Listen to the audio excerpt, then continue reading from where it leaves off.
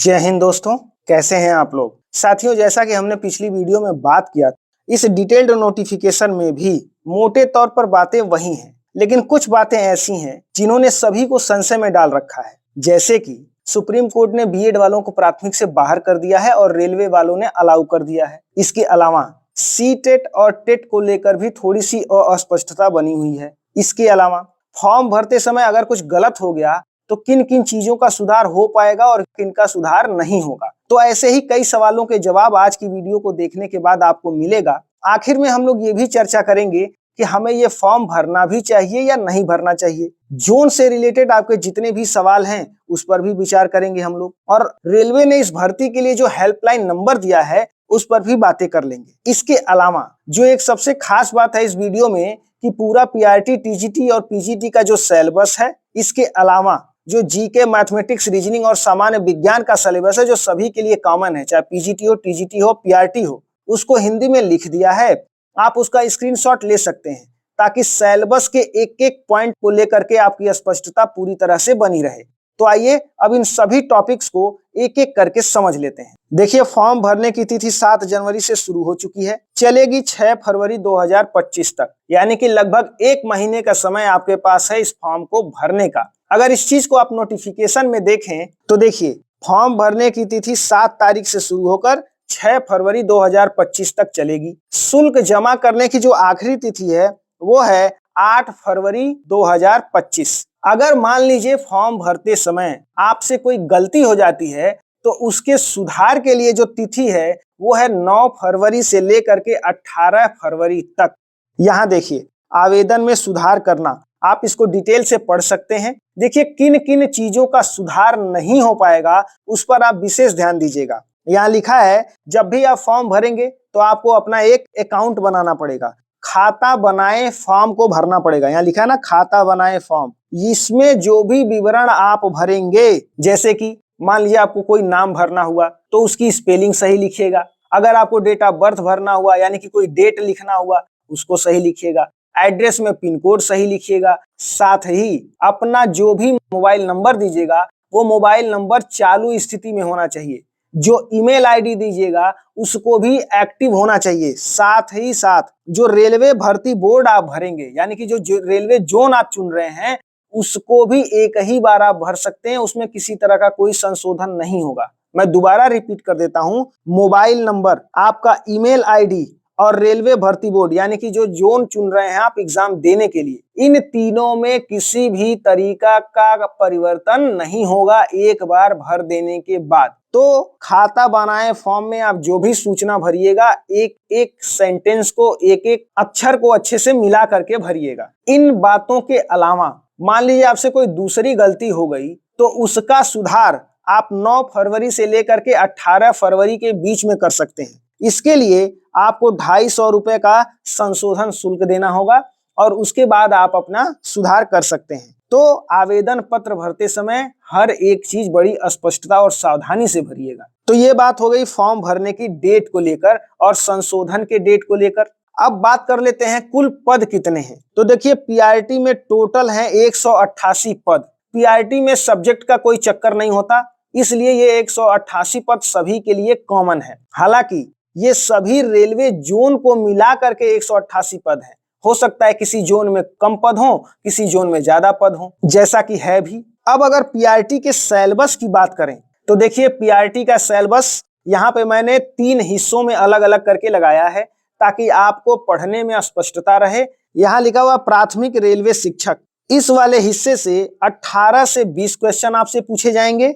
B से आपसे 18 से 20 क्वेश्चन पूछे जाएंगे। और विद्यालय संगठन और नेतृत्व, यहाँ से 4 से 6 सवाल। शिक्षा में परिप्रेक्ष्य, यहाँ से 2 से 3 सवाल। तो पीआरटी के लिए जो सिलेबस है वो यही है। अब बात टीजीटी और पीजीटी के कर सकते हैं। टीजीटी के लिए है 338 पद और पीजीटी के लिए है कुल 187 पद। आप जब फॉर्म भरने जाइएगा तो देख लीजिएगा कि किस जोन में आपके सब्जेक्ट की कितनी सीटें हैं, उसी के आधार पर आप जोन को सेलेक्ट करिएगा। अगर टीजीटी और पीजीटी के सिलेबस को देखें तो टीजीटी और पीजीटी का सिलेबस कॉमन है। पहले वाले हिस्से से आपके पास आएंगे 22 से 28 अंकों के क्वेश्चन।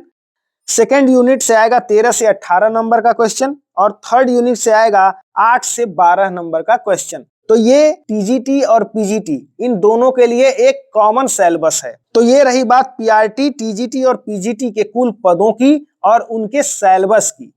अगर एज की बात की जाए तो एज के मामले में रेलवे ने बहुत बड़ा दिल दिखाया है और सभी को यहाँ पर्याप्त मौका दिया है। न्यूनतम एज 18 साल, अधिकतम एज 48 साल। हालांकि अलग अलग लोगों को अलग अलग एज रिलैक्सेशन मिलेगा, तो आप किस वर्ग में आते हैं उसके अनुपात में आपको क्या एज रिलैक्सेशन मिल रहा है, इसको आप डिटेल्ड नोटिफिकेशन में पढ़ करके जान लीजिएगा। और दूसरी बात यह है कि एज को देखने की जो तिथि है वो है 1 जनवरी 2025, यानी कि 1 जनवरी 2025 को आप 18 साल से कम नहीं होने चाहिए और 48 साल से ज्यादा नहीं होने चाहिए। तो 1 जनवरी 2025 के आधार पर आप अपने एज को देखेंगे। अब मान लीजिए आप ओबीसी वर्ग से आते हैं, तो आपको अपना एज रिलैक्सेशन पाने के लिए जाति प्रमाण पत्र लगाना होगा। यहाँ पर आपको एक बात का ध्यान रखना है कि आप ये जांच लीजिएगा कि आप जिस स्टेट में ओबीसी में आते हैं, क्या आपकी वो जाति केंद्र के ओबीसी के जातियों की लिस्ट में शामिल है या नहीं। क्योंकि ऐसा होता है कि कोई जाति राज्य में तो ओबीसी हो लेकिन केंद्र सरकार की ओबीसी के लिस्ट में वो ना हो। आवेदन शुल्क आपका 500 रुपए और 250 रुपए है। एग्जाम आपका ऑनलाइन होगा, इसमें किसी भी तरह का कोई कंफ्यूजन नहीं है। आप जब एग्जाम देने के लिए हॉल में जाएंगे, यानी कि आप जब एग्जाम के लिए अपीयर हो जाएंगे, उसके बाद 400 रुपए आपके अकाउंट में वापस आ जाएगा और कुछ कैटेगरी के लोगों को उनका पूरा पैसा वापस आ जाएगा। तो केवल एग्जाम में अपीयर होना है, एग्जाम पास नहीं करना। आप अपीयर हो गए और आपका 400 रुपए आपके अकाउंट में आ जाएगा। तो पैसा वापस आने की जो शर्त है कि आप एग्जाम सेंटर पर जाकर के एग्जाम में अपीयर हो कम से कम। बात नेगेटिव मार्किंग की कर लेते हैं। 1/3 नेगेटिव मार्किंग है, यानी कि अगर 3 सवाल आपके गलत हुए तो आपके प्राप्तांक में से आपने जितना पाया है सही सवालों का मिलाकर उसमें से 1 अंक कटेगा, यानी कि 3 गलती पर आपके 1 अंक कटेगा। ये है नेगेटिव मार्किंग का। एग्जाम का पैटर्न आपका ये है, कुल सवालों की संख्या है 100, एक क्वेश्चन 1 नंबर का, तो कुल नंबर हो गए 100। समय आपको मिलेगा 1.5 घंटे का, यानी कि 90 मिनट का। तो कुल प्रश्न है 100। अब ये जो 100 प्रश्न हैं ये 2 अलग वर्गों में विभाजित हैं। पहला 50 नंबर आपके सब्जेक्ट का होगा, जैसा मैंने अभी सिलेबस दिखाया था पीआरटी का और टीजीटी पीजीटी का, यही आपका सब्जेक्ट है। आपको इससे 50 नंबर के क्वेश्चन पूछे जाएंगे। अगला जो 50 नंबर है ये सभी के लिए कॉमन है, चाहे पीआरटी हो, टीजीटी हो या पीजीटी हो। यहाँ पर जीके के आपके 15 अंक, रीजनिंग के 15 अंक, गणित के 15 अंक और जनरल साइंस सामान्य विज्ञान के 10 अंक हैं। अगर इनका सिलेबस दिखाएं आपको टॉपिक वाइज जैसा कि नोटिफिकेशन में आया है, तो ये देखिए यही आपके कॉमन 50 नंबर वाले सब्जेक्ट्स का सिलेबस है। मैथमेटिक्स, रीजनिंग, सामान्य जागरूकता और सामान्य विज्ञान। तो आपसे कुल पूछे जाएंगे 100 प्रश्न, जिसमें से 50 प्रश्न आपके सब्जेक्ट के होंगे और 50 प्रश्न सभी के लिए कॉमन है, जिसमें जीके, रीजनिंग, मैथमेटिक्स और साइंस आपसे पूछी जाएगी। आइए अब बात कर लेते हैं एलिजिबिलिटी की, जिसको लेकर के ढेर सारा बवाल मचा हुआ है, क्योंकि सुप्रीम कोर्ट ने बीएड वालों को बाहर कर दिया था, रेलवे वालों ने अलाउ कर दिया है। अगर आपको पीआरटी का फॉर्म भरना है तो उसकी योग्यता उन्होंने मांगी है अपनी नोटिफिकेशन में, 12वीं में कम से कम यानी इंटरमीडिएट में 50% होने चाहिए। आपने कोई 2 वर्षीय डिप्लोमा कर रखा हो या ग्रेजुएशन के साथ आपने बीएड कर रखा हो, आप प्राथमिक वाला फॉर्म भर सकते हैं, पीआरटी का फॉर्म भर सकते हैं। इसके अलावा आपने सीटेट पेपर 1 पास किया हो या अपने राज्य का टेट पास किया हो, तब भी आप फॉर्म भर सकते हैं। देखिए, चाहे सीटेट हो या यस टेट हो, दोनों टेट ही है, टीचर एलिजिबिलिटी टेस्ट। केंद्र सरकार लेती है, सेंट्रल लेती है, इसलिए इसे सीटेट कहते हैं। स्टेट है तो ये इसको एस टेट बोलते हैं। ऐसा नहीं होगा कि रेलवे सीटेट को एक्सेप्ट ही ना करे और राज्यों के टेट को एक्सेप्ट कर ले। तो अगर आपने सीटेट पेपर 1 पास किया है तब भी आप फॉर्म भर सकते हैं, या आपने अपने स्टेट में टेट पास किया है तब भी आप फॉर्म को भर सकते हैं। टीजीटी के लिए भी यही है, आप जिस सब्जेक्ट के लिए भर रहे हैं उसमें आप ग्रेजुएट होने चाहिए, साथ में बीएड, बीएलएड या डीएलएड आप किए होने चाहिए। सीटेट पेपर 2 या अपने राज्य का टेट आप पास होने चाहिए। तो आप टीजीटी का भर सकते हैं। पीजीटी के लिए आपके पोस्ट ग्रेजुएशन में 50%, साथ ही आप बीएड पास होने चाहिए। तो ये है एलिजिबिलिटी क्राइटेरिया पीआरटी, टीजीटी और पीजीटी के फॉर्म को भरने का। अब बात कर लेते हैं क्वालिफाइंग मार्क्स के बारे में। देखिए, सामान्य और ईडब्ल्यूएस के लिए 40%, ओबीसी के लिए 30%, एससी के लिए 30% और एसटी के लिए 25%।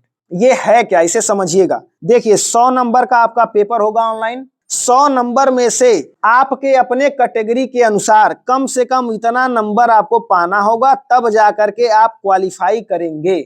और जितने लोग क्वालिफाई करेंगे सीटों के अनुपात में, उन्हीं लोगों में से इंटरव्यू के लिए बुलाया जाएगा जो टॉप रैंकर्स होंगे। यानी कि आपके सिलेक्शन प्रोसेस में दो चीजें शामिल हैं। पहली, जो आप कंप्यूटर बेस्ड टेस्ट दे रहे हैं, सीबीटी ऑनलाइन एग्जाम देंगे, उसका वेटेज है 85% का। और जो आप इंटरव्यू देंगे उसको या तो टीचर एप्टीट्यूड टेस्ट कह लीजिए, स्किल टेस्ट कह लीजिए, या इन जनरल इंटरव्यू कह लीजिए, उसका वेटेज है 15% का। तो जो आप इंटरव्यू देंगे जिसमें आपको आपके सब्जेक्ट की अंडरस्टैंडिंग देखी जाएगी कि आप कितना समझते हैं उस चीज को, क्लासरूम में कैसे अप्लाई करेंगे।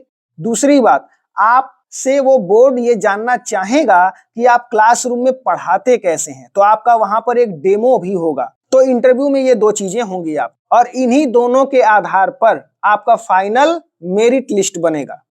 आइए अब बात कर लेते हैं नॉर्मलाइजेशन होगा या नहीं। देखिए, नॉर्मलाइजेशन 100% होगा, क्योंकि ये एग्जाम कई शिफ्ट में होगा, इसलिए नॉर्मलाइजेशन करना रेलवे के लिए अनिवार्य हो जाता है। लेकिन नॉर्मलाइजेशन का फार्मूला इनका क्या है, वो किसी को कोई मतलब अनुमान भी नहीं लगा सकते आप, क्योंकि पिछला जिस तरह का अनुभव है उसके आधार पर यह कहना बहुत मुश्किल है कि नॉर्मलाइजेशन के लिए ये क्या नियम निकालेंगे, क्या फॉर्मूला निकालेंगे। बस ये नॉर्मलाइजेशन करेंगे, ये बात आप जान लीजिए। दूसरा, कितने जोन भर सकते हैं आप। तो देखिए, आपको जो जोन नोटिफिकेशन में दिया है, देखिए इतने सारे रेलवे जोन आपको दिया गया है। इन्हीं रेलवे जोन्स में से किसी एक जोन में आप अपने फॉर्म को भरेंगे। या तो आप जो सेंट्रल वेबसाइट है, यानी कि रेलवे की जो मेन वेबसाइट है, वहां पर जाके फॉर्म भर दीजिए। या तो आप सेलेक्ट कर लीजिए कि आपको कौन सा जोन में जाके परीक्षा देना है, उस जोन की अपनी वेबसाइट पर जाके फॉर्म भर दीजिए। लेकिन फॉर्म आपको एक ही बार भरना है, जोन आपको एक ही सेलेक्ट करना है। पहली बात, आपको जोन सेलेक्ट करने का आधार क्या होना चाहिए। देखिए, आप जिस चीज के लिए भी परीक्षा देने जा रहे हैं, या तो आप पीआरटी के लिए जा रहे होंगे, टीजीटी के लिए या पीजीटी के लिए। तो अगर टीजीटी पीजीटी के लिए जा रहे हैं तो आप ये अच्छे से देख करके स्पष्ट हो लीजिए कि आप जो सब्जेक्ट भर रहे हैं उस सब्जेक्ट की कितनी सीटें हैं। जिस जोन में आपके सब्जेक्ट की ज्यादा सीटें हों, आप ज्यादा अपॉर्चुनिटी के लिए उस जोन को सेलेक्ट कर लीजिए। जैसे कि अगर पीआरटी की बात करें तो प्रयागराज में ठीक ठाक सीटें हैं, गुवाहाटी में अच्छी सीटें हैं, भोपाल में ठीक सीटें हैं, तो आप पीआरटी के लिए इनको सेलेक्ट कर सकते हैं। और टीजीटी पीजीटी में आपके सब्जेक्ट की जहां सबसे ज्यादा सीटें हों उसी जोन को आप सेलेक्ट करिए। एग्जाम कब होगा। देखिए, एग्जाम होने का कोई डेट इन्होंने अपने नोटिफिकेशन में नहीं दिया, लेकिन कम से कम अप्रैल से पहले तो एग्जाम होने की कोई संभावना नहीं है। अप्रैल के बाद कब होगा ये कोई नहीं बता सकता, उसके पहले तो कम से कम ये एग्जाम नहीं होगा। हेल्पलाइन नंबर, अपने नोटिफिकेशन में इन्होंने आपके लिए एक हेल्पलाइन नंबर दिया है। वो 2 मोबाइल नंबर ये है। अगर आपको किसी तरह की कोई सूचना चाहिए या कोई क्वेरी आपके पास है, इस पर कॉल करके आप उनसे ये जान सकते हैं, या यहाँ पर मेल कर दीजिए। अब लास्ट में बात आती है कि ये फॉर्म भरें कि ना भरें। देखिए, अगर आपको तय है कि आपको नौकरी चाहिए टीचर की, तो आपको निश्चित तौर पर इस एग्जाम की प्रक्रिया में लगे रहना चाहिए, इस बात की परवाह न करते हुए कि कितनी सीटें हैं। मान लीजिए आपके सब्जेक्ट में एक ही सीट आई है, इसका मतलब ये नहीं है कि आप फॉर्म मत भरिए। आप फॉर्म भरते हैं और सेंटर पे जाते हैं तो 400 रुपए तो आपके वापस हो जाएंगे, पहली बात।